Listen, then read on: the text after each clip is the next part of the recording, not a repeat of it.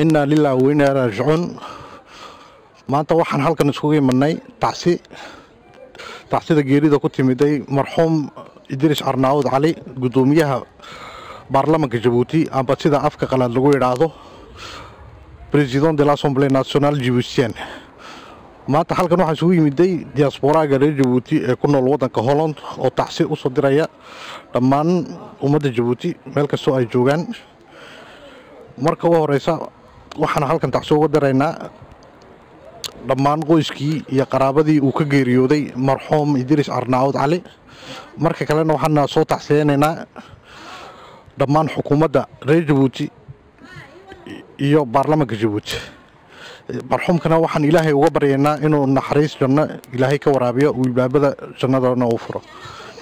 anagoo ah diasporaaga reer Djibouti ee ku nool wadankan Holland tacsi tiraayeen iyo soo gaarsiinaynaa dhammaan ummadda reer Djibouti oo dhan.